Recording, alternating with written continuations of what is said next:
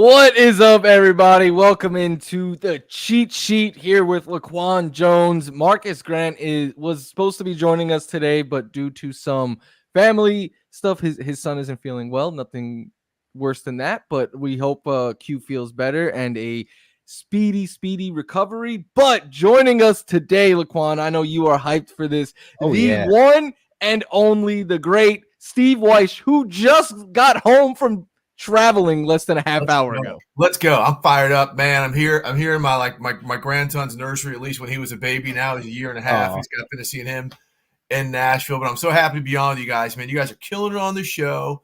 I am so proud of seeing what you guys are doing, man. You're bringing the stuff to the people, and that is who we work for. So salute to the supply and demand aspect from what you guys are dealing. Absolutely. I'm fired up, man, because this is my first time working with Steve on camera. I mean, I'm behind the scenes doing research with you, man, but this is an honor that you were able to come on the show today and give us your knowledge, man. Hey, man, nothing like being on with the world's biggest Rams fan. Let's go. We win in another ring this year, man. All right. Okay. Steve, I mean, while we have you, I guess, look, I wore the Kyle Pitts shirt for you. We're going to talk some Atlanta Falcons, but you all week you've been at the spring meetings, right? So anything interesting happened down there?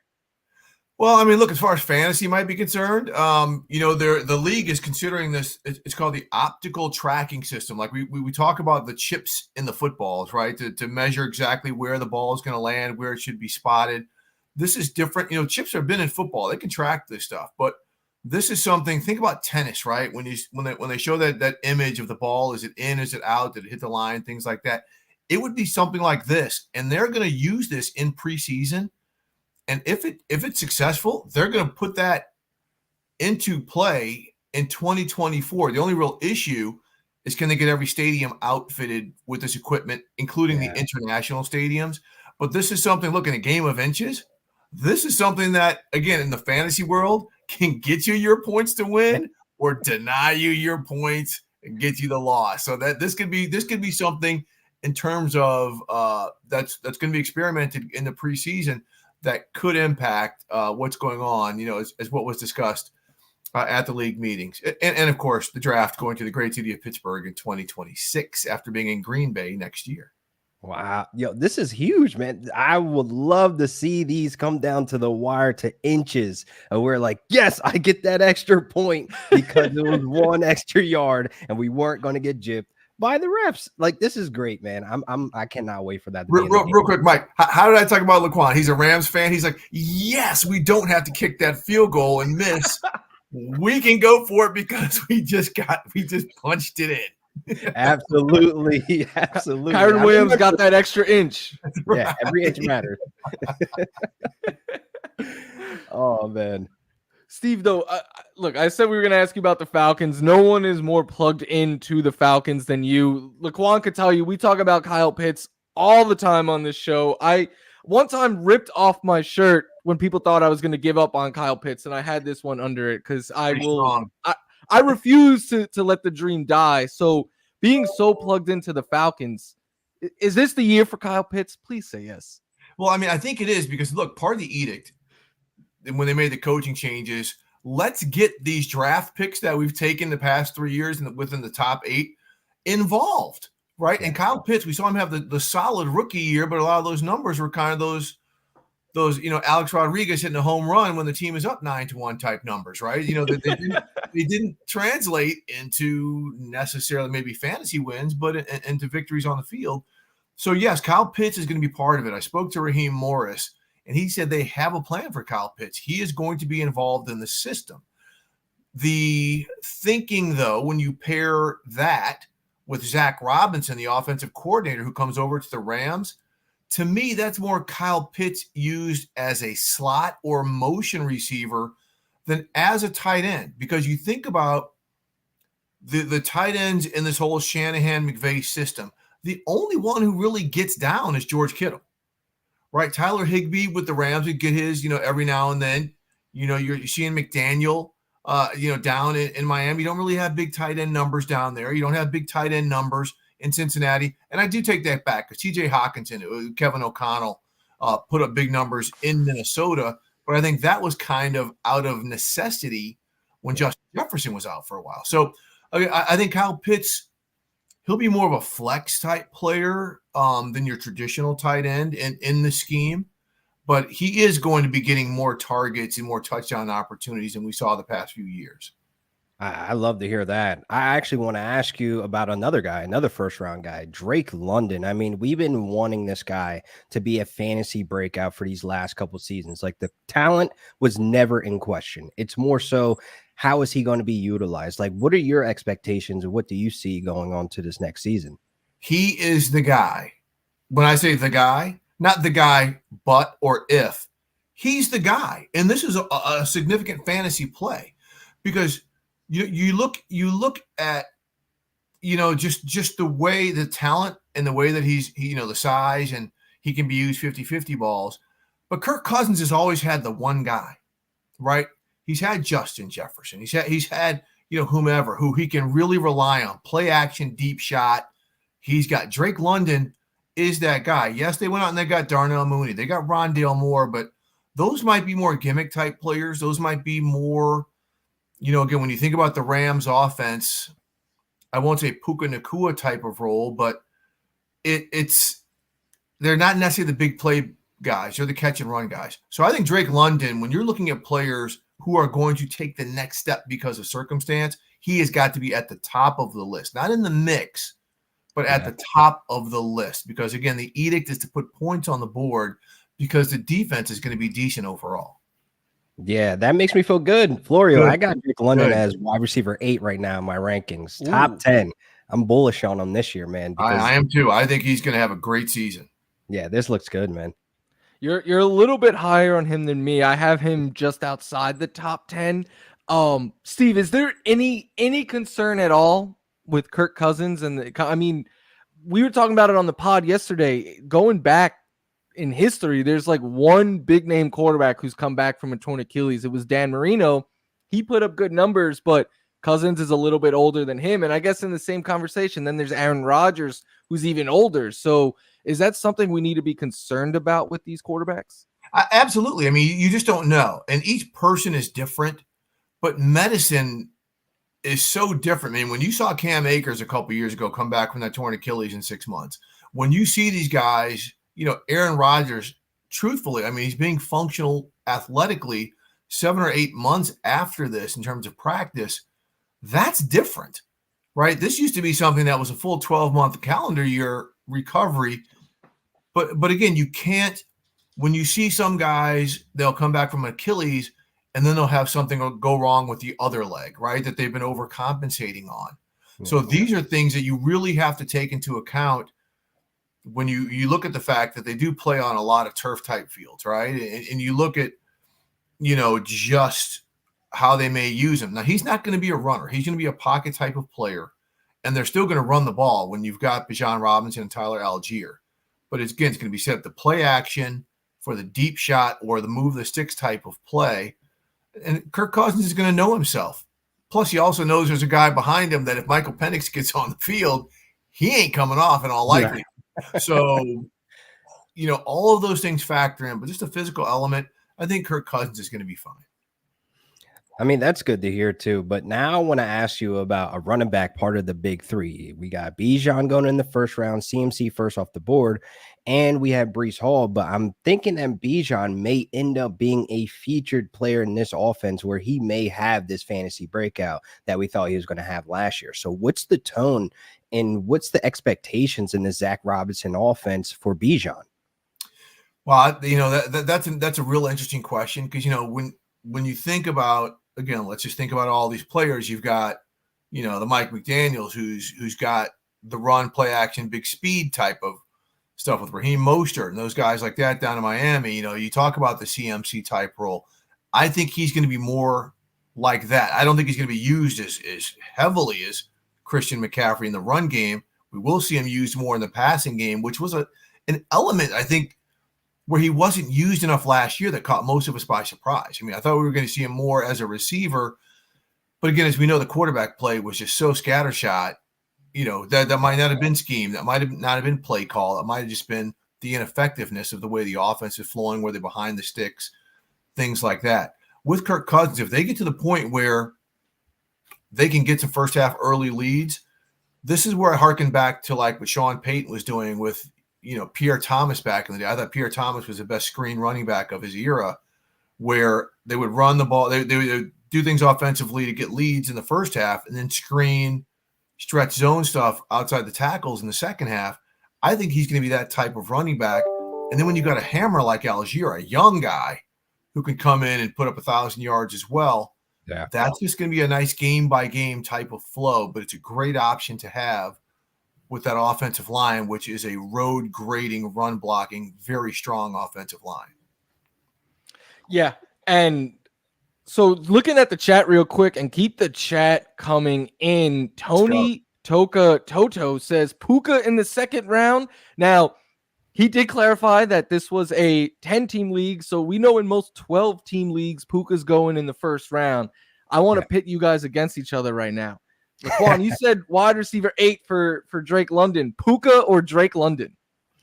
I'm going Drake London, man. I love my Rams to the core, but I just have to keep in the factor that you have a healthy Cooper Kupp there. They're going to be eating off each other's plates every other week.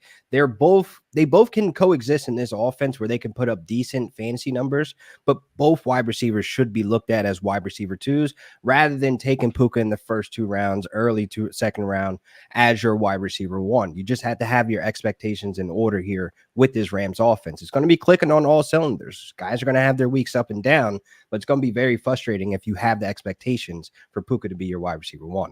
Good. I'm glad you're pitting us against each other because I don't know about that. And I say this because who's the third option for the Rams right now? Yes, there will be like 1 week it's going to be Kupp, 1 week it's going to be Nakua as your lead receiver, but they're both going to eat because again, you don't have the Higbee tight end option, at least that we know of right now, right? The running back, okay, Blake Corum, maybe he catches some balls out of the backfield, but Sean McVay's not a big throw the ball to your running back type of guy. So are you going to double Kupp? Are you going to double Nakua? You can't double both of them because they're too strong with the catch and run. And then if you try and, play inside out or bracket them, sometimes they're gone, they're by you. They've got the speed to do that. So from what I saw of Puka, his ability to break tackles and his determination to be great, I don't know if I could put him ahead of Drake London in that regard, just because I do think there's going to be games where the Falcons are going to be far more run heavy than the Rams ever will be. And that's why I would not put Nakua ahead of Drake London. Sweet. We have the Falcons guy going for the Rams, and then the Rams guy going for the Falcons. I'm a football guy, man. I'm telling you what I see. I think the right answer here is just Cooper Kupp in third round. Like, Cooper Kupp gets the value on. Everybody forgets late third, about him. early fourth for Kupp. It just feels like stealing, and I know he's getting up there a little bit. I still believe he is one of the best wide receivers walking, but. We also we don't talk just fantasy here, so I don't know if you guys saw this, Steve and Laquan. Malik Neighbors commented on the Giants' new uniforms, which have gotten a lot of talk about around the NFL, social media and stuff like that. And his comments were, "It's gonna be hard to swag it out." That's all I gotta say about it. He's right. I mean, those are what you wear to the ugly sweater Christmas party. I mean, think about this. Okay, now Laquan, you're probably too young, but Charlie Brown, the cartoon character, right? Let's put a leather Michigan Wolverines helmet on him. Okay, he's got the yellow sweater with the line on it, and then like just those are the Giants uniforms if you put on 3D glasses. Yeah, you can't swag those out. How are you going to compare those throwbacks to like the Saints, all white throwbacks or some of these classic throwbacks? I know our Tom Pelissero said he likes tan pants. He likes the old Acme Packers pants. I'm out on those. Come on, Tom. I'm like, if you're going to go that hard, are you going to be like fanboy and Jim Harbaugh back with the khaki pants? You know what I'm saying? You can't swag those out. I mean, look, maybe if you wore like an Izod flip up, Chaz collar underneath them with some boat dockers, while you're going to your afternoon tea in Catalina. Swag them out. Oh my God. Put pads on those and go out there and think those are hot. Roman in the chat says he kind of likes them, not gonna lie. I will say Malik Neighbors has not had a lot of pleasant things to say since he's ended up being drafted by the New York Giants. I don't know if I fully blame him. Hey, go do your thing, Malik, and you'll have plenty to say. If you can make it in New York and that organization, you can make it anywhere. He better get into the world of positive thinking, because he may need it come about week 10.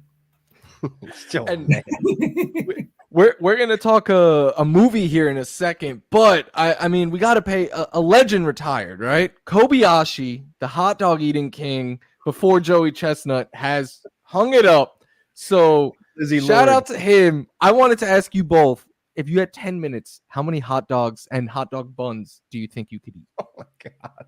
I want to die right now. Okay, first off, the hot dogs have to be barbecued. They cannot be those things come out of sopping water. Okay, I know that they dunk them and they soak them.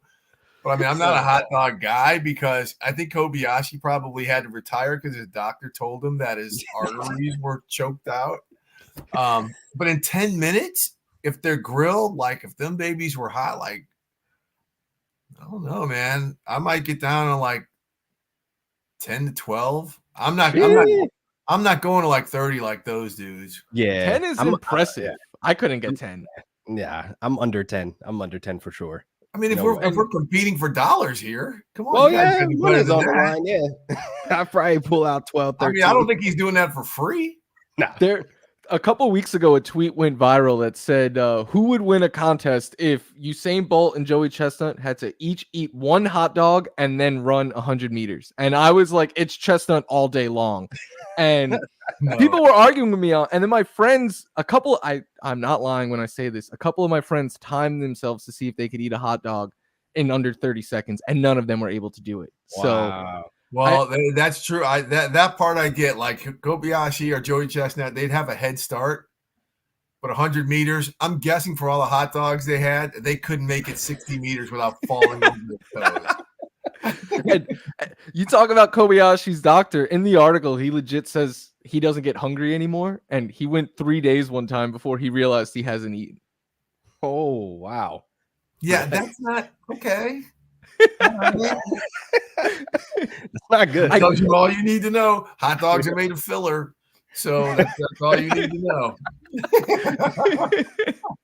I guess to bring it back to football in a sense, Steve, on last summer on the pod, we did something called Florio's Film Festival because there's a ton of movies I had not seen. So I watched 15 action movies from the 90s, and some of them were awesome, some of them not so much. So we're bringing it back this summer. Oh boy. And this is the first movie we are going to talk about. It has nothing to do with 90s action because Laquan had never seen Draft Day. So he watched it last night for the first time. Have you seen it? Not in a while, but I know quite well. Kevin Costner there with the Cleveland Browns. Absolutely. Yeah. So Laquan, what were your thoughts first time watching? I got a few takeaways, man. The movie is great. Like, one, I like the movie. I'll watch it again. I'll make it a tradition to watch before draft night. But there's a lot of unnecessary stuff in there, man. Unrealistic stuff. Like, the love interest was unnecessary. The unrealistic, like, trades for the draft picks was just nuts. Like, 3 first rounds? What? Oh, my God. But I love how the movie ended up spinning at the end where he ends up getting the picks back and kind of sticking it to Seahawks, which I also enjoy too. But I just feel like the movie, I just had like not that many like high expectations for it, but I'm actually happy I watched it. It was a good movie. It is good. And back then by Laquan, the Seahawks were in the AFC.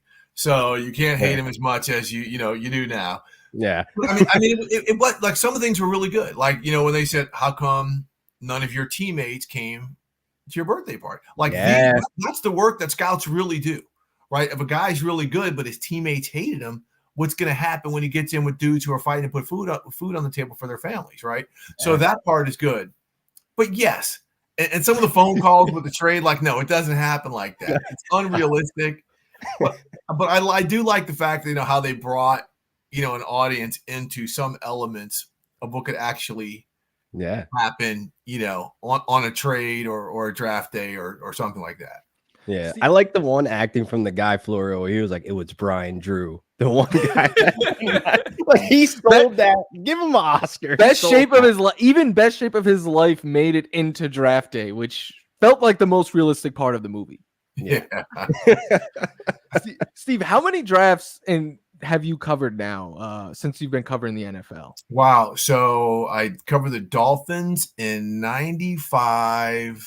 What heck? When was Shula's last year? It's like Shula's last 2 seasons and Jimmy's like first 1.5 season, Jimmy Johnson 1.5. And then I've been covering it consecutively since 2005. Wow. So yeah, I mean, I'm more than 20, and it has changed, man. It has really, really changed. What are some of the big changes you've seen?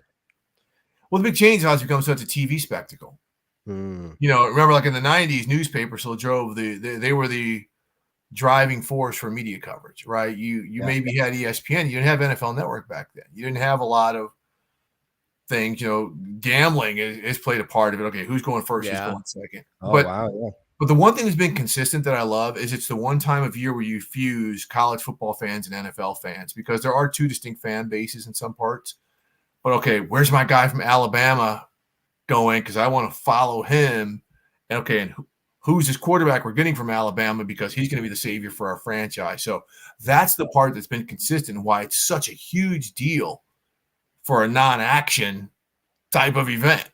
So yeah, it's been a lot of drafts, my man.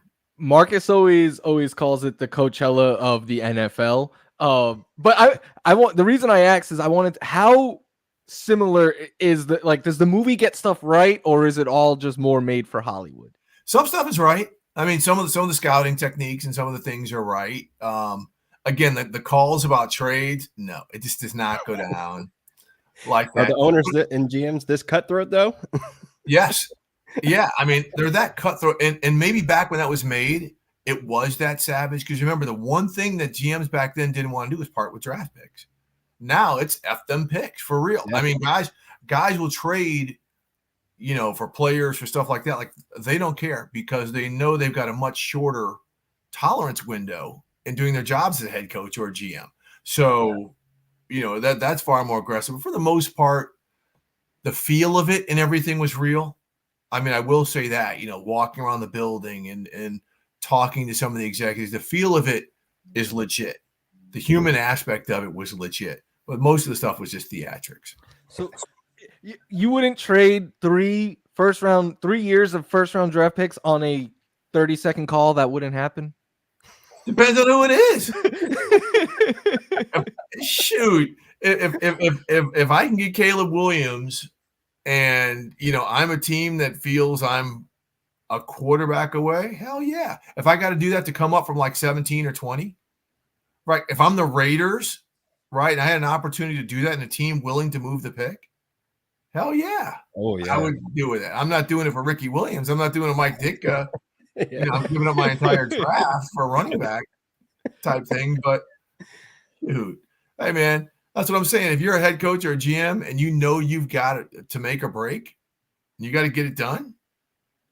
I mean, think about this, man. Can you imagine the Panthers if they hadn't made the trade for Bryce, right? Let's just say they had the first pick and they get Caleb this year with some of the space and some of the stuff that they made.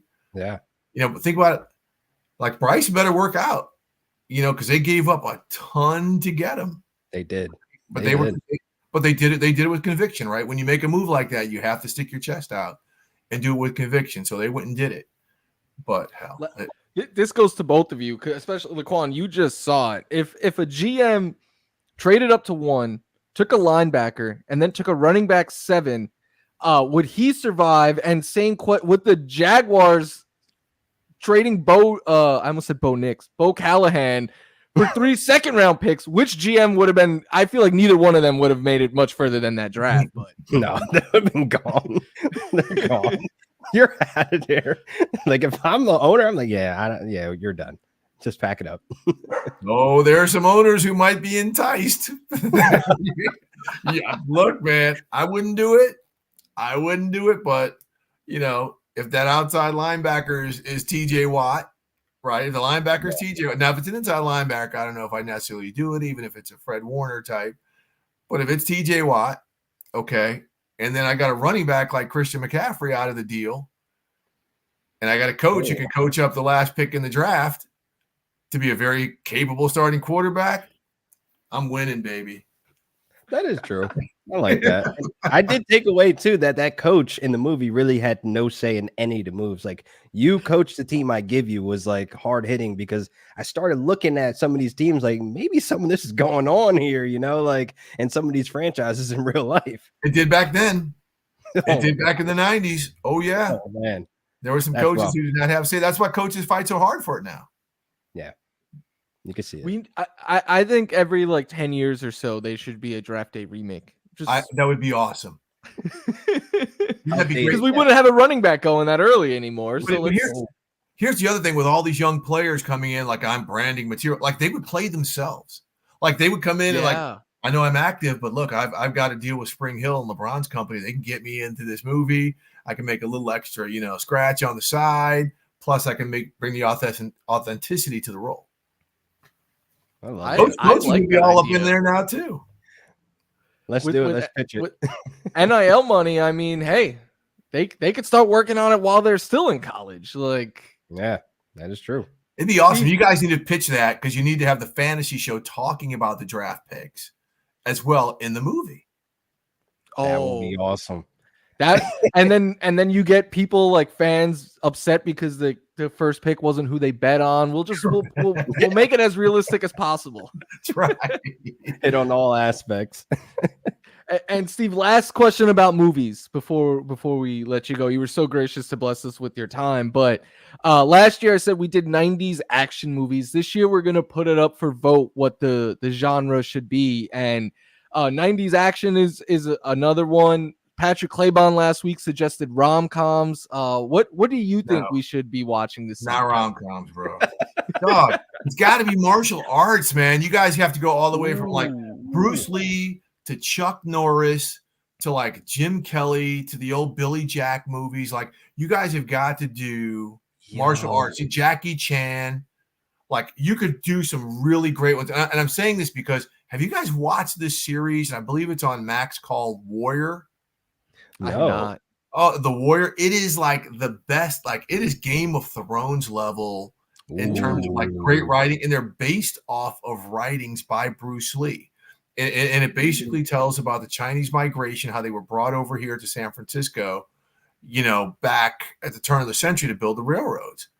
And man, it is some of the best fights. It is some of the best character development. Like, if you've got a couple days just to binge, it'll be the best thing. You'll come back and tell me next time I'm on the show. Word up, great job. Plus, you'll thank me for going to the martial arts genre. Right, yeah, I'm down for that. I think you've got to bring in the fight movies, man.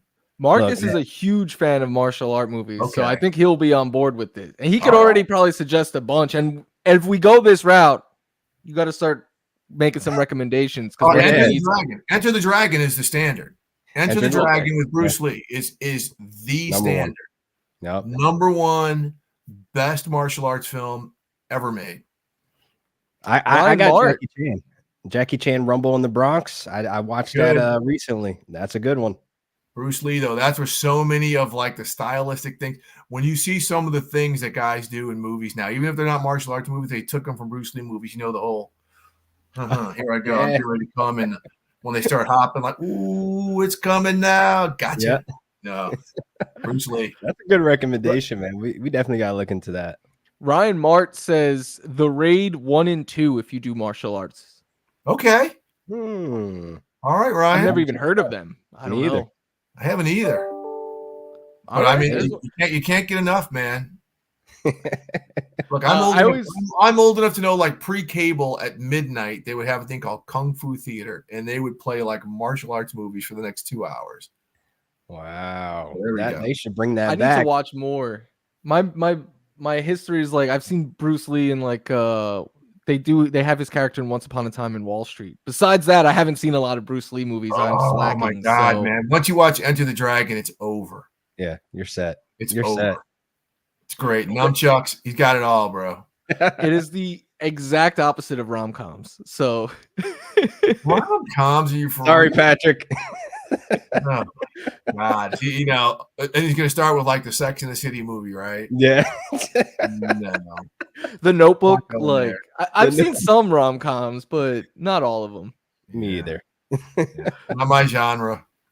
I thought my wife would be more on board with that. She was just kind of like, rom-coms? I was like, yeah. Because she'll end up just watching some of these movies with me. So she's a little invested as well in the genre, as I'm sure get her started on Warrior, though. I'm telling you, The Warrior. It's called The Warrior. I believe it's on Max. Yeah, like character development is very broad, and it is all that. Everyone watching, listening, whatever, you will thank me. I just finished it up under the recommendation of my kids. It's got like 4 seasons, and they are spectacular. Oh man, noted. Game of Thrones. I mean, you got me right there because there's not much that lives up to that style of writing. So, Steve, thank you so much for joining us today on the cheat sheet. Before we let you go, anything you want to plug? Obviously, everyone should give him a follow right now at Weish89 over on Twitter. But anything else? Just in case, at Weish89, right? Look at that jersey. That's official. Here we go. This is official. I'll turn it around.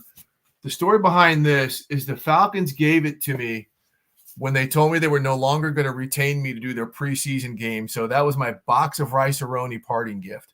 Oh my! But I really appreciate it because I love it. I absolutely treasure it. No, I mean, you can check me out periodically on the Insiders on NFL Network. Otherwise, follow me on social media because I really have very few other avenues other than the cheat sheet to be bringing all this. Let's go. Love it. You are always welcome back here. And let's do it, man. This is great. Hall of Fame season's coming up. I know that's a big one for you. So got the Bears and Texans coming in the game. Hey, we back there. I should be on the schedule with you, my guy. There we go. It'll be, and look, we could get excited for that. Enjoy these next 2 months because it's going to be here before we know it. Yes, that's very true. Okay. Give Marcus my best, by the way. Absolutely. Will do. Thank you so much again, Steve. For Laquan, I'm Michael Florio. This is the cheat sheet. You can catch us every Thursday, 10 or 12 Pacific. It varies, but we put it out on our social media when we go live. Make sure to tune in each and every week. And Marcus Grant will be back, and he could wrap the show up better than I can. So we'll see you next week, everyone. Thanks, guys.